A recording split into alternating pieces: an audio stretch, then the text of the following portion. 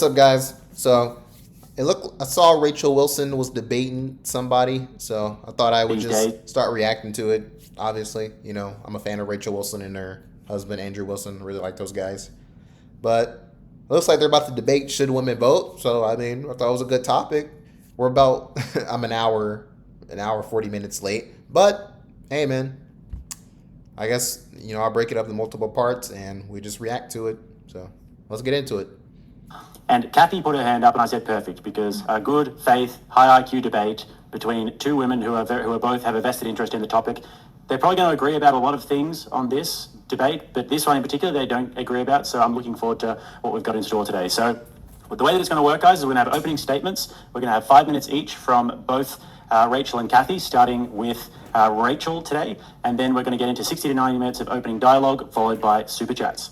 The rules of the debate are that if anybody feels like they're being over-talked, or if I notice there's like over-talking going on, or if somebody's not getting enough of a point of view in, or if the debate is being basically derailed, then I'm going to jump in and say we have to get it back on track. And both of the debaters can also appeal to the moderator if they feel like this is happening at any point. So those are the rules, guys. Beyond that, I don't think we'll have too many problems today. But if we do, then just let me know if you feel like you need to talk more, or if the debate's getting derailed. So we're going to be reading out super chats at the end, like we said.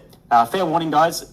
It probably will be 20 and up, depending on the volume of the chats, because we don't want to keep them here forever, reading out super chats. So that might happen. Just a fair warning. Although I'll stick around and read out all the chats after that are below 20. So the topic of the debate today is, should women vote? Should the 19th Amendment be repealed, or should it stay in place? Rachel Wilson thinks no, women should not vote, and that the 19th Amendment should not be in place. Kathy thinks yes, this is a good thing. So with that, Rachel Wilson, you have 5 minutes on the clock, starting right now. All right. Well, first I want to say thank you to Kathy for being here.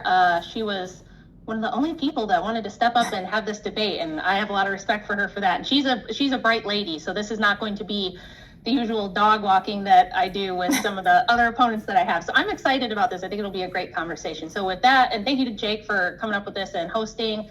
With that, I will go ahead with my opening. So the idea of restricting women from participating in politics is not a new fringe idea. The 19th Amendment and the full political participation that it granted women in America is the new fringe idea.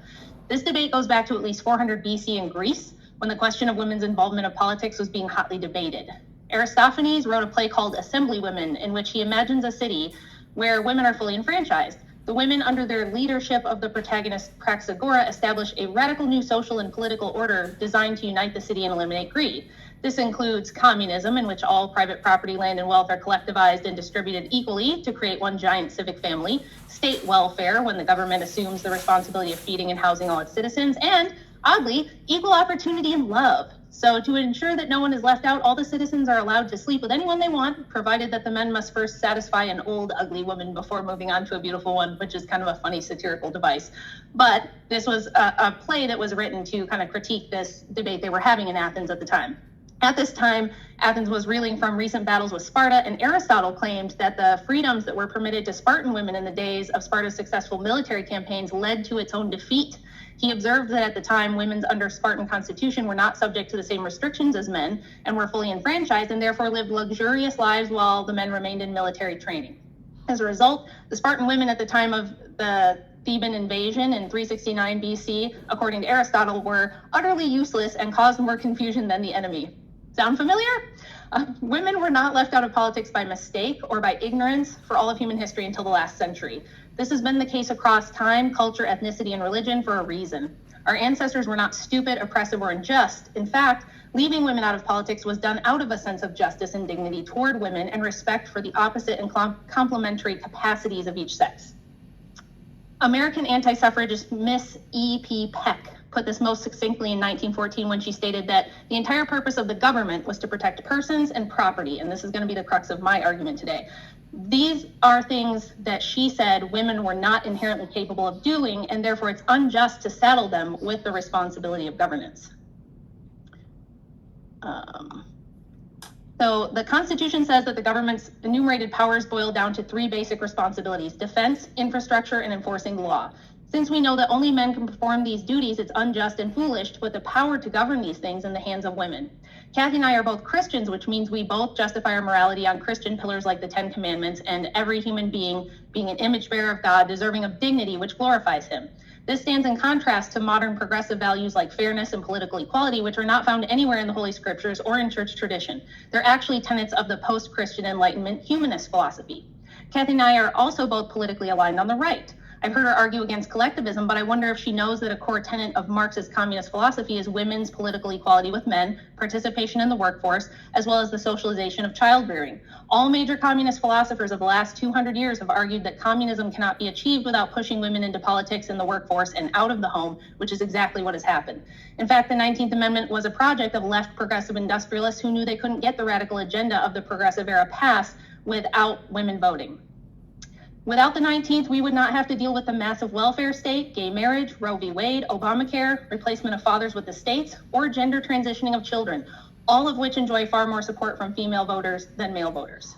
This is not a reason in and of itself to repeal the 19th, but it's a supporting argument that demonstrates the consequences of women's full political participation. The fastest way to destroy liberty and guarantee socialism is to grant all women political power. This new fringe experiment of women's political enfranchisement over the last century has been a massive failure. It has pushed the Overton window so far to the left that two married men having designer babies via surrogate can now be considered conservative. The United States was not founded as a universal suffrage democracy. It was to be a limited suffrage representative republic.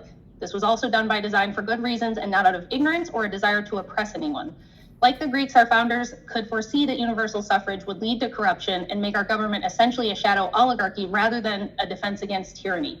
I believe we should repeal all amendments which result in universal suffrage, including the 19th, and instead return to enforcing the 10th Amendment, which would allow states to determine the criteria for voting. There are many ways we could limit suffrage, but I think a good starting point would be declining to grant it to people who are utterly incapable of building, maintaining, or defending our nation. That's 5. Okay. Oh, perfect timing. Kathy, whenever you're ready. Yes.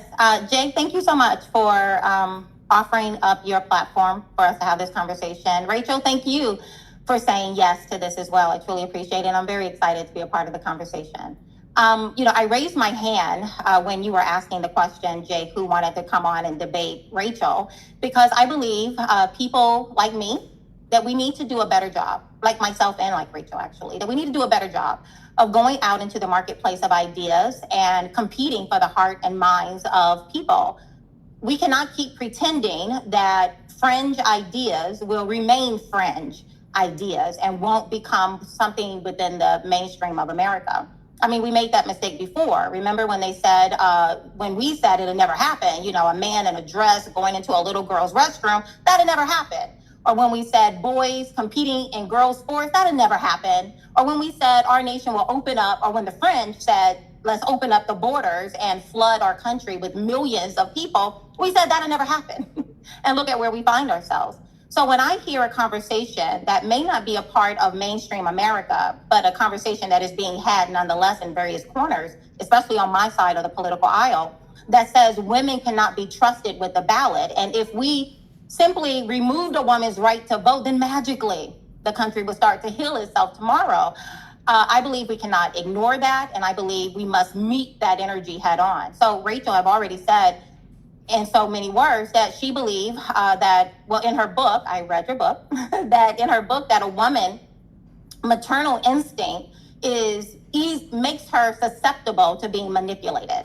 And that as a result of a woman's emotions being weaponized against her, that women go out and we vote and make decisions that are not in her best interest nor in the country's best interest. But I believe that the answer to manipulated voters is not going out and stripping citizens of their rights. I believe the answer to a manipulated voter is for us to go out and teach better, for us to go out and organize better, to go out and be willing to organize and to teach and to persuade better, but to also be willing to go out and stand in the marketplace of ideas and speak the truth, even if we think we may end up in the crosshairs of the left or someone else. So I come to this debate on first principles, because first principles don't care about your opinions. First principles don't care about your emotions. It's all about the truth. I built my life on trying to figure out what is true and then go about the process of building my life. And that's how I'm coming to this debate. And what's true? Let's start with our founding fathers, because I agree with them. They said that there is a God in heaven, a capital C creator, and that he has created every man equally. They also went on to say that not only did he create each of us equally, but that he has endowed us with certain unalienable rights, life, liberty, and the pursuit of happiness. But then they go on to say, in order to secure these rights, because there's always a bully somewhere waiting to infringe upon our rights, they said men create or institute governments, but that government receive or derive their just power by the consent of the governed. Newsflash, Rachel and others, I'm a part of the governed. And so not only did they say that our right, that the king do not give us rights, the government doesn't give us rights, the Pope doesn't give us rights, but that God has given us these rights. And the government's job is to simply secure those rights, not rescind them or take them away. So under our republic, political power comes from the citizens. Again, as a woman, I'm still a part of the citizens. So as we move into this debate, I want to make some things clear. The 19th Amendment did not make me a person. The 19th Amendment did not make me a citizen. The 19th Amendment did not give me any rights. The 19th Amendment simply prohibited the government from denying and abridging the rights I already have because the government didn't give me anything. So, and just to make clear, politicians didn't do women a favor back in 1920 by passing and ratifying the 19th Amendment. Again, they just simply recognized what already existed. So some people, Rachel included, want the government to now come and take away a right that the government never created. I'm sorry, but that's not conservatism. That's more like tyranny. That's more like government overreach. So I'm not here to argue that women are perfect voters. We are not, but neither are men. I'm here to argue that bad voting patterns do not erase truth. I'm here to say that once you start yanking on the thread of the 19th Amendment, we risk unraveling the very premise on which our country was founded upon, which is man did not give us rights, God did. Okay, ladies. Well, with that, we can move into the opening statements. Don't forget to get your questions in, guys. We will be reading super chats out at the end, so don't forget to get your super chats in. And with that, we have open dialogue. Let's go. So, Kathy, you seem to think that the 19th Amendment was simply recognizing something that was always there that the government failed to recognize for the first, 150 years of the nation, and that, according to you, the founders wanted one person, one vote. If that's the case, why didn't they set things up that way? Well, I mean, why didn't they free all slaves when they wrote the Declaration of Independence and the U.S. Constitution? Again, our founding fathers were not perfect. However, they wrote a document that is the greatest political document ever written. And I believe what we have experienced over the past 250 years is this long march towards fulfilling the promises that were found in the Declaration of Independence. And that is that all men are created equally, and that God has endowed all of us with certain rights, and even to the slave as well as to women. That is the right to life, the right to freedom, and the right to be able to pursue whatever form of happiness that I want. Then why didn't they grant all men the vote? Why was the nation founded with only a small percentage of even white men voting? Yeah, if they truly believed all men. If, in other words, we're arguing over what those phrases mean, right? Because we don't agree on what they mean. I don't think they meant every single individual person should have equal political enfranchisement. To say that all human beings are created in the image of God and have equal dignity before the Lord is certainly different than saying every single person should have a say in the governance of the nation. If they believed that's what it meant, why didn't they set it up that way from the outset? Well, I mean, my personal take, I don't honestly think everybody should have the right to vote unless you meet certain requirements. Like, in my full honesty, having people being the age of 18 being able to vote, that doesn't make any fucking sense to me. If anything, it should be raised at a minimum to 25 years old. That's what I think. So, to vote, either you can wait till you're 25 years old. You can join the military. If you join the military at 17 or 18, you can vote. It's fine. You have some type of civic duty. I think my fucking Roomba got stuck again. If you see me keep getting up, I got a new Roomba, and I think he's getting fucking stuck in the corner. Oh, nope, it didn't again. Okay, we're good.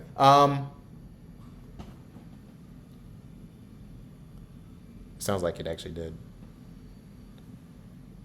I don't know.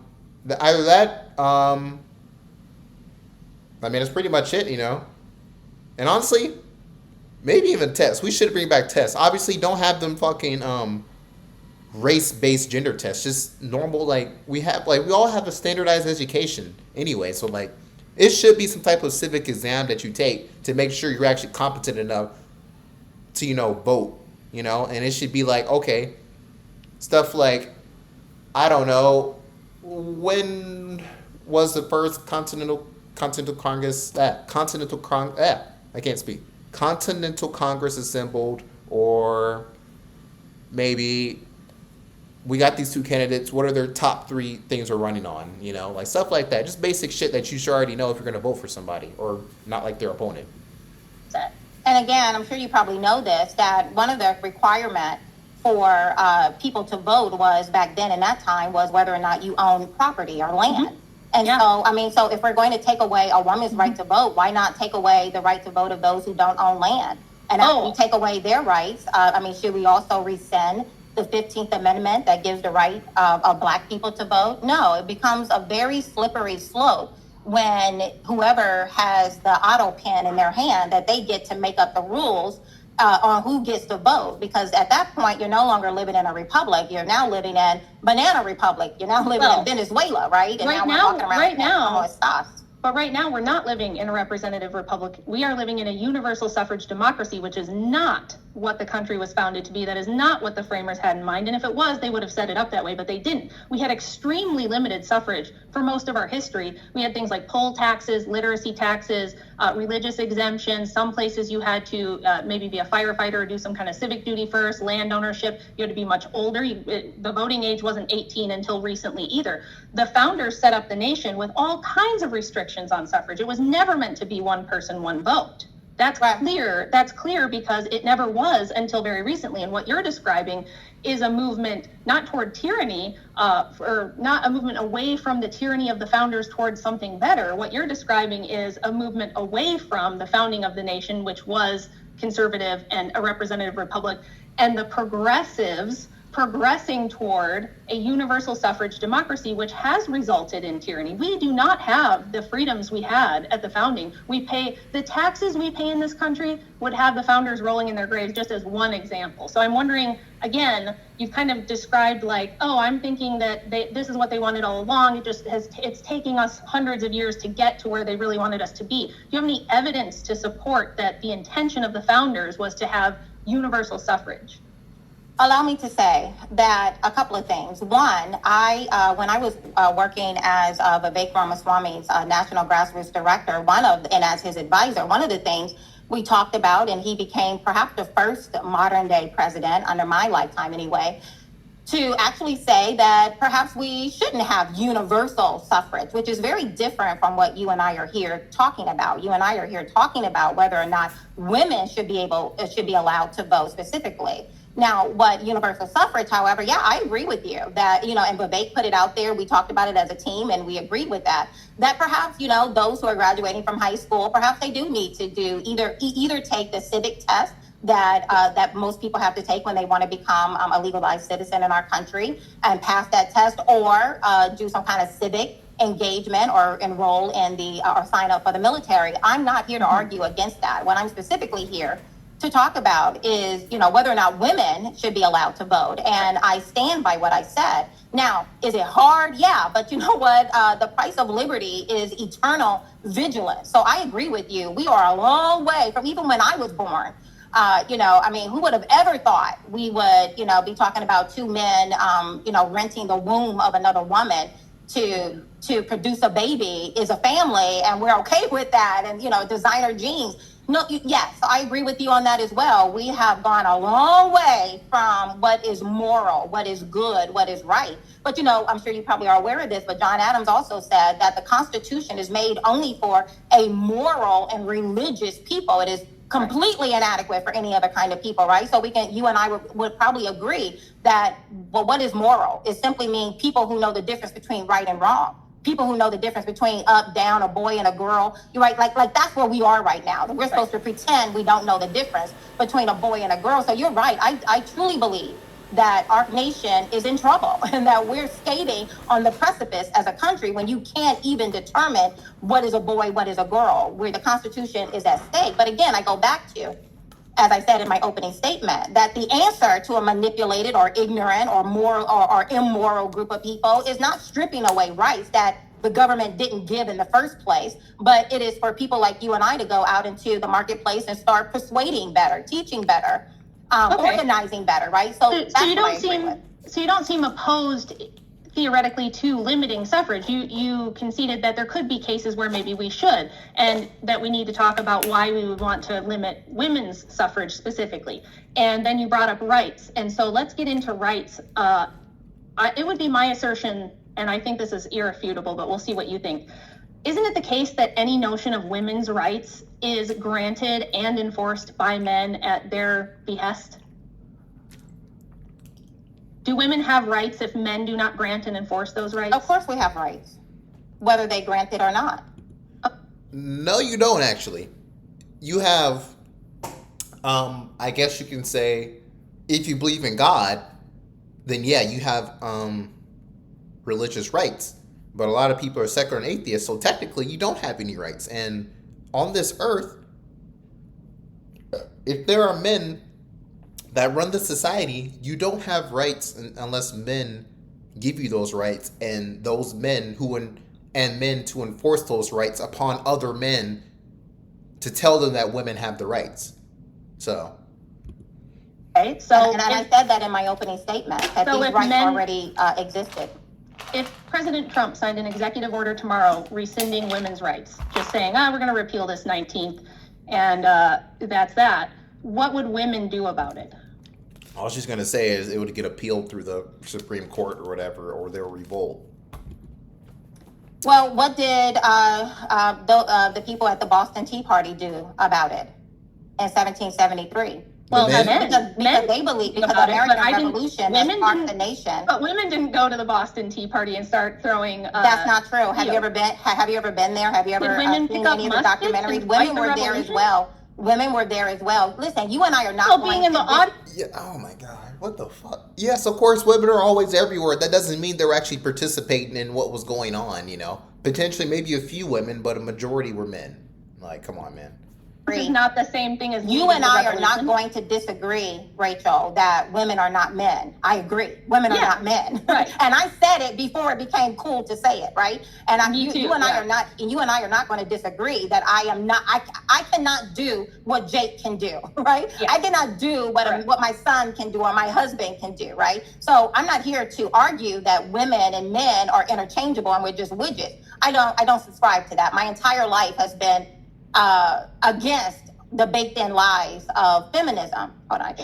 Sure, but as it applies to what we're talking about right now, when you say we have these inalienable God-given rights, I would say, actually, God did not put in the 10 Commandments, thou shalt let women vote, or everybody gets to vote, right? These are new, as I said in my opening, these are new post-Enlightenment ideas that everyone is equal in every single way. And what I'm saying is that why should women have the same political power as men when we do not have to register for the draft when we turn 18 like a man does? We cannot do, this was a main argument of the anti-suffrage women, and maybe if you read my book, you know that only about 4% of women strongly supported suffrage in the beginning, and women voted against having the vote so often that the women's suffrage associations stopped letting women vote on whether they wanted to vote, because the women kept saying, no, we don't want to be a political power block. We don't want to be involved in politics. It's dirty, nasty stuff. We have our own sphere of influence, and that's where we belong. They argued that women cannot protect the borders. They cannot build and maintain the infrastructure of this nation, and they cannot go to war to defend our country. So why should we have equal say in those matters with men? So if a man becoming capable of defending the border or going to war, should we also strip him of his right to vote? Is it based on that? No, I don't think it's based on that. This is a really common argument, but it's a lot. Rachel, in order to have a conversation, we have to go back and forth. So because you just asked, some pointed questions, and again, I have to go back to you said, that thou shalt vote is not in the 10 Commandments, but who don't vote? I mean, what group of people are ruled over and don't have a say in anything and just have to do whatever the king or their owner or their master tell them. God did not create me to be a slave. And so, and our founding fathers recognized that there is a God in heaven who has made all of us equally. Not that all of us, there is a hierarchy. I do believe that. I'm all about Ephesians, right? And so, however, there is a God who has created us to have certain rights. And again, the right to live. I mean, she's kind of contradicting herself. She's saying, like, we're equal, but then she believes that there's also a hierarchy within relationships between men and women. So which is it? Like, you're living a double standard of a life. Which is it? Are you going to more liberal, modern, or are you going to traditional, religious route? Like, she's like going in between and shit, you know? And not only did none of the women have the right to vote, but most men also didn't have the right to vote. Like, that's what people don't understand. Like, that was the thing, you know? Most men didn't even have the right to vote. So, like, I don't get it. Right to have freedom and the right to pursue my life in the manner in which I deem I want to pursue that life. And now the government's role, they were very clear in the Declaration of Independence that became the framework for the Constitution. The government's role is not to give me rights. The government role is to, one, secure those rights. But in order to secure those rights, the government has to recognize that I have these rights, right? And that the government derives its power from the governed. Now, if the American Revolution was launched on the belief that, for example, taxation without representation is tyranny. And so if we now rescind a woman's right to vote, are you also proposing that I no longer have to pay federal income taxes? Is that the quid pro quo that's on the table? Because if that urge that if I have no say in how I'm being represented, then I don't want that kind of government. And in fact, it was a strong enough urge that caused the colonists to go into a very violent assault on England. And so if that principle applies to men, why doesn't it apply to women? Because by 1913, women were being taxed without the ability to have a voice in the government. Okay, so there's a lot that I think we should kind of try to keep our back and forth a little bit briefer, just so that we're not monologuing to the point where we have 10 points to address back and forth. It might be a good idea, but I will agree with that if you do too. Yeah, first you didn't address my point about women's rights this is something people don't like to confront. They don't like to hear this because we've had 100 years of feminist propaganda telling us otherwise. Mm-hmm. Women don't have rights unless men grant them to us and enforce them on our behalf. You and I, Kathy, are not going to rise up and physically take back our rights if they are rescinded. And I can give you examples of this from all around the world, but we also have an example right here in the United States where in the state of Utah, women were granted, it was the second state to give women a vote when it was still a territory. And under the Edmunds-Tucker Act, that right was taken away in the 1870s, I believe. And so women in Utah had the vote for a couple decades. It was taken away for about 50 years before it was granted again in the 1920s. So this idea that once the government says you have a right, that you're always and forever going to have that is silly. We saw this with Roe v. Wade and women losing their minds over abortion. The men grant rights to women. And because of that, because men are the ones who build and maintain this country, they defend its borders, they fight and die in wars, they are obligated by law to sign up for the selective service, and women are not. Why do we deserve equal say in how any of that goes? I don't think women should be telling men how to build and maintain the country, how to defend the country, how to enforce its laws, because we cannot do those things. And now, can you answer specifically just to that portion of my argument? Yeah. And we want to keep it a bit more brief here, got the answers. Yeah. And otherwise, if it's not brief, we're going to have to do the 1 minute or 2 minute monologues back and forth. I agree. But let's try to address the questions. Okay. I wrote down a little bit of what you said. You said a lot, but I wrote down as much as I could. Your question is: men grant rights, mm-hmm. and women, and women cannot do anything, cannot uprise against. You said if a woman cannot rise up and defend those rights, right, or the recension of those rights. Right. And so again, the fallacy here, are you saying, I just want to make sure that I'm clear on what you're saying. So you're saying that if I cannot rise up and defend those rights, then I don't have those rights. I'm saying that as to Jake's point, just yes or no. Is that true? No, that's so what you're missing is I wrote it down. What you're Do you want to missing just elucidate the point? Yep. Yes. Men as a whole, as a group, we rely on them to enforce any rights we have. We can't enforce rights on our own behalf. So we are asking and petitioning men for those rights, and those men, benevolent as they are, grant them and enforce them on our behalf. And so allow me to ask, so you said men grant us these rights, and if they and I'm assuming you're alluding to men have the strength and the ability to enforce these rights. And if they don't enforce these rights, then women don't have the strength or the ability to do anything about it. Yeah. So are you saying to me then, I just want to make sure that I'm clear here, that, I mean, Jake, I saw one of your videos where you were boxing and all of that. I love MMA, by the way.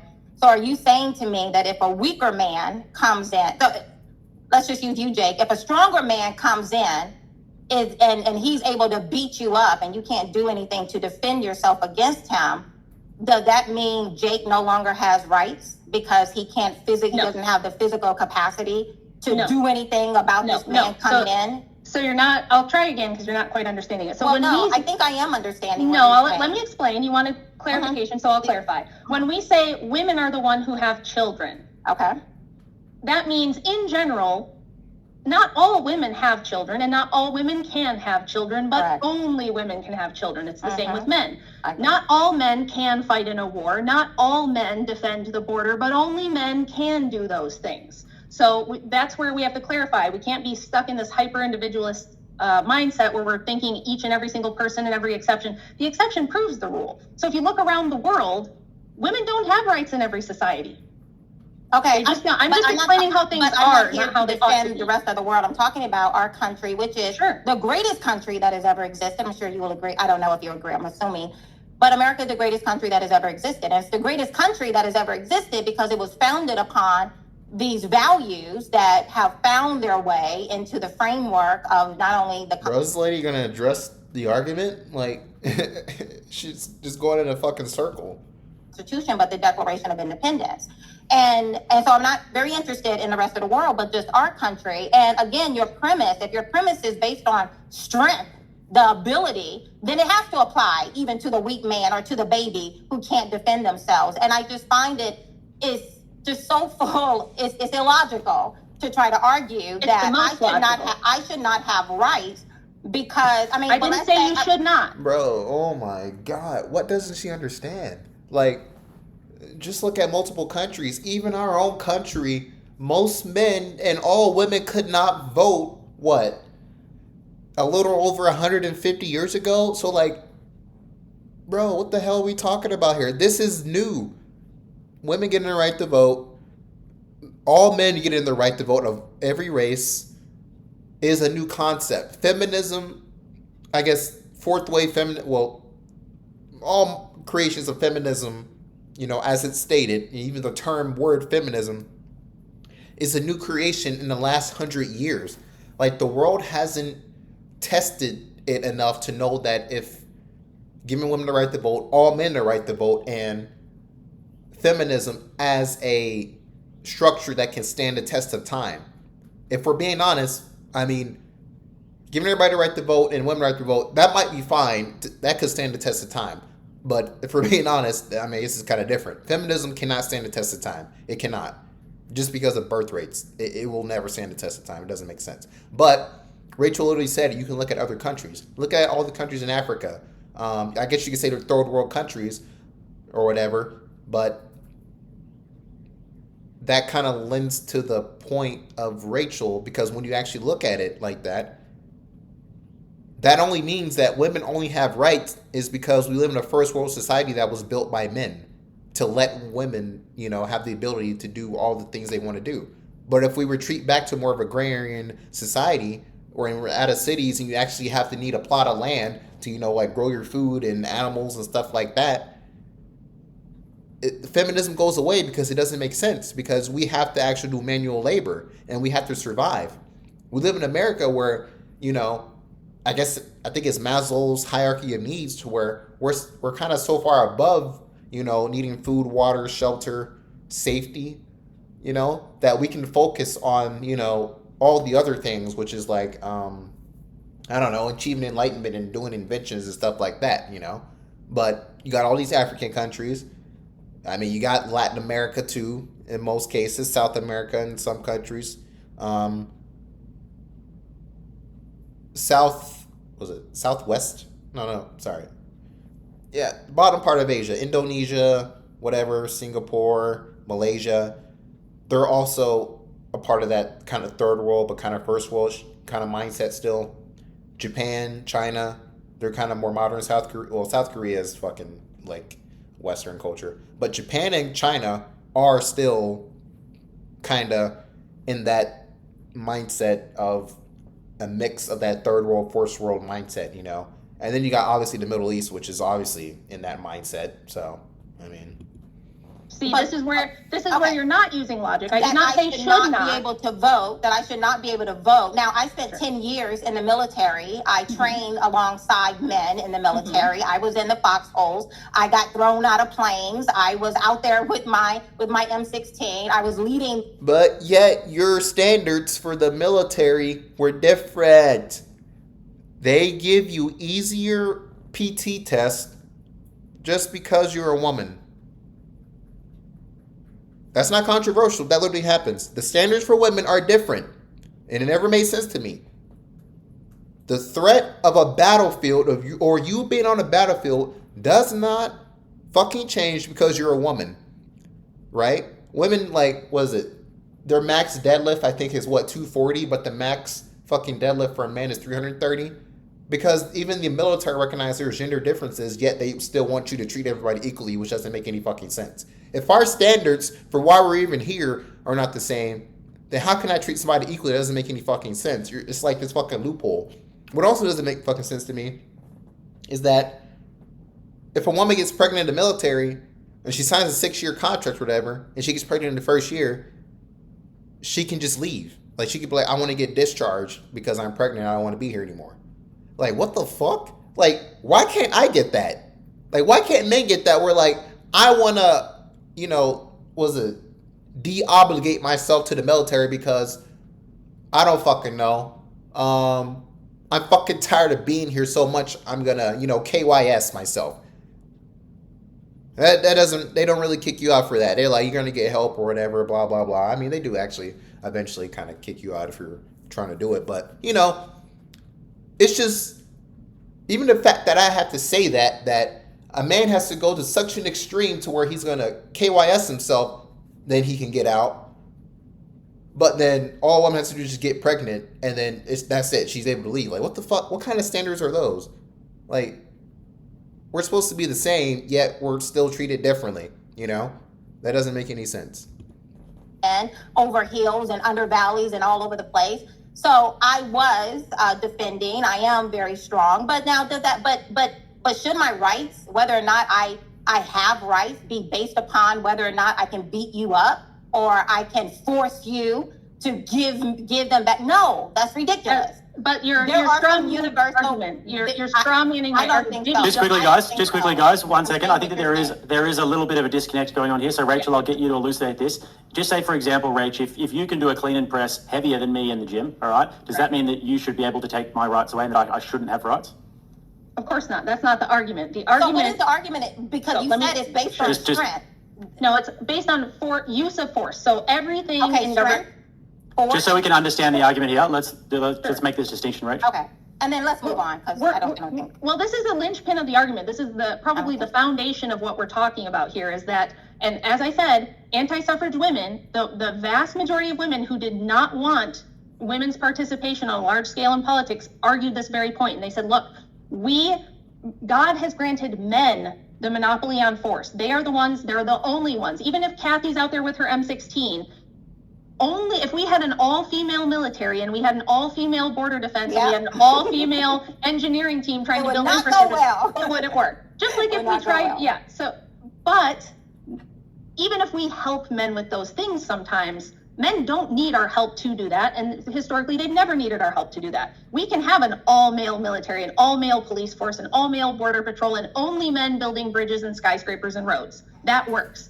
So what I'm saying is, as a whole, like I tried to explain, only women can have babies. That doesn't mean every single woman has a baby and that if she doesn't have a baby, she's not a woman. In that same way, only men can use force to enforce rights, anyone's rights. Okay. So this Rachel, let is me why ask you. sex, this is what separates the criteria. When people will say, well, why don't we just start discriminating the vote against, people of different races or people of different economic strata or things like that. The difference maker is that the task of government is to defend persons and property, and women cannot do that. That's a task that only men can do. So why should women have equal say in the government when they cannot perform the functions of government and only men can do that? So are you saying, because, okay, again, just parroting back what you said, that only women can have children, and only men can have the force to defend?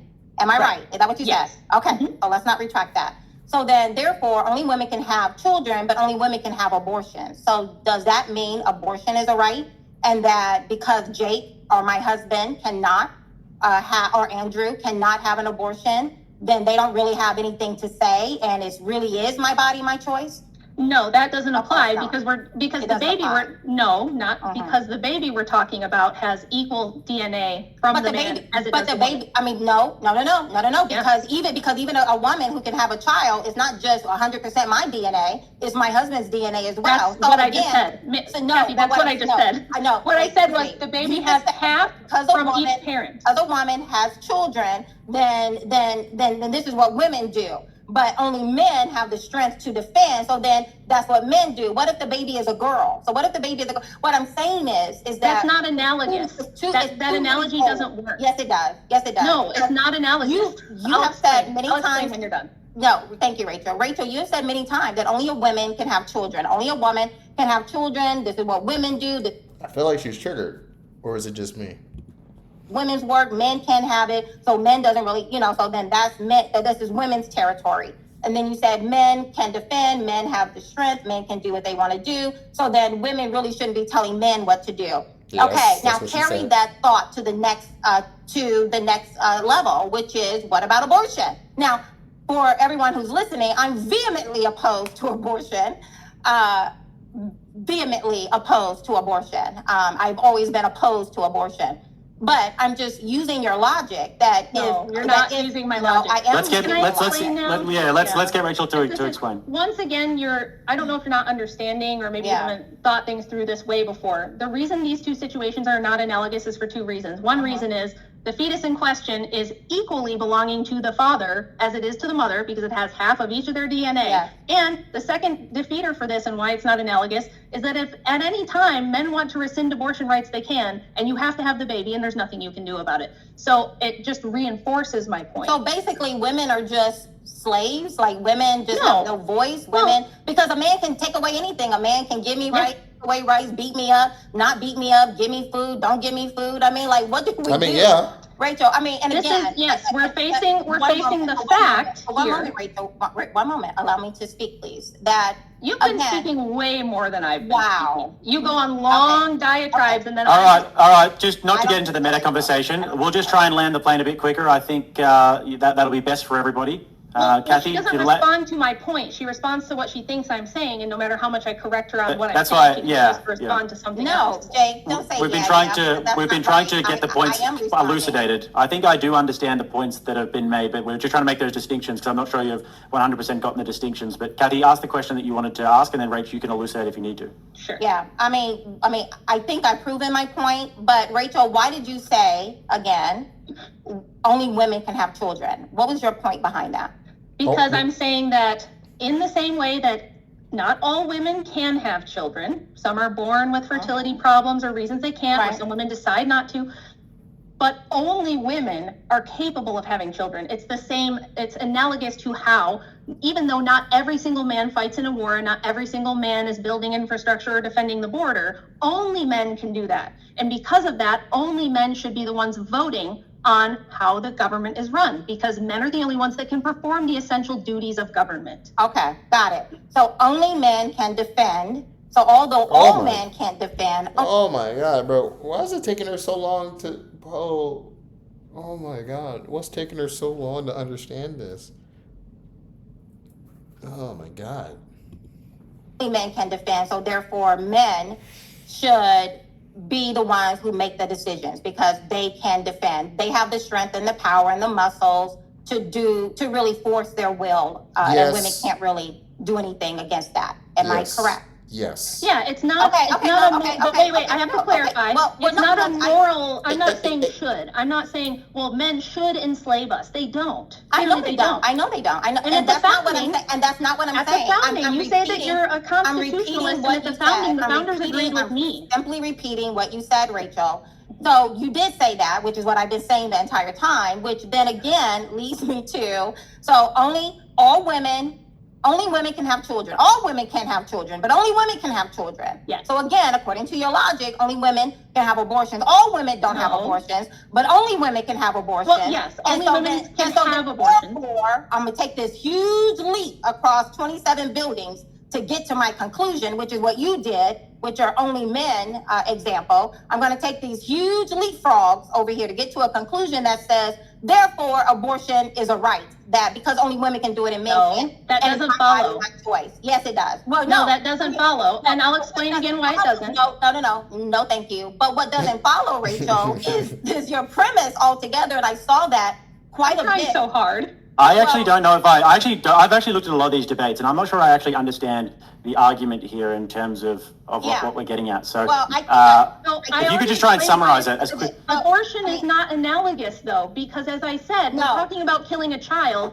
and the Right. child is owned equally by the man who gave 50% of his DNA to help create it. So it wouldn't be analogous to say that because only. I mean, it's kind of off topic a little bit, but if only that was actually written into the law that, yeah, it's 50% of man's DNA, and if you guys get a divorce, it's automatic 50-50, child custody. And it doesn't just automatically default to the woman, and then the man's just, can only see his kids like every few days or something out of the month. It's like, that doesn't make any fucking sense. But, hey, man, I'm all for overthrowing certain parts of laws that have been written. Women can have abortions, they should be the only ones who have a say, my body, my choice, no uterus, no opinion. No, that is not, Okay. that does not logically follow for two reasons. One is the fetus does not only I mean, obviously, yeah, Rachel's right. Yeah, I was about to say Rachel's wrong, but she's right. She just needs to use a different example, Maybe if it's like something that only women. I'm trying to think of something only a woman could experience that a man. I guess cramps or period cramps. I guess I guess you can say that. Like, men shouldn't have an opinion whether or not a woman should get on birth control. Because if she gets on birth control, she's saying, yeah, when I get on birth control, my period cramps stop hurting so much, and then I'm good, Then, yeah, she could make that argument. It's trash, but it's more of analogous to this that, like, yeah, this is something only women can experience and do. So why are men having an opinion whether or not we can have birth control? She should have said that, but it's okay. belong to the woman and we're killing the fetus. Yes, it's Okay. in her body, but that's just its location. It Okay. still belongs equally to the man. And the second reason is if men don't grant you abortion rights, you don't have abortion rights. Okay. So it's not analogous to my defense and Right. infrastructure. Okay. So again, allow me to say what I said at the very beginning. I am not here to defend the baked-in lies of feminism. My entire life has been doing the opposite. When I find out what a feminist principle may be, I have done all that I can to do the actual reverse. And that is how, again, I've been able to build a life that I'm extremely happy with. But again, are you familiar with the fallacy non sequitur? Yes, I am. Okay, great. Because I find that you do that in your book. Now, you did an amazing job in your book, Rachel, on explaining the occult aspect behind feminism, double clicking on the original suffragists and and all the things that they were up to. And I found that part of your book to be, just very educational. I'm very grateful for that piece of it. Yeah, thank you. But then there would be other times in the book that you would make a premise and then you would do non sequitur, right? Fallacy. And for those who don't know what that is simply, it's Latin for girl, you just doing way too much. And the math is mathing on some things that is too many. Non sequitur is exactly what I said you were doing, where the premise does not, the conclusion does not follow from the premise. I didn't even make a premise except to try to understand your original premise. I was trying to answer your question, but in order to answer your question, I wasn't making a premise. I was saying, well, then if this is what you believe, then the next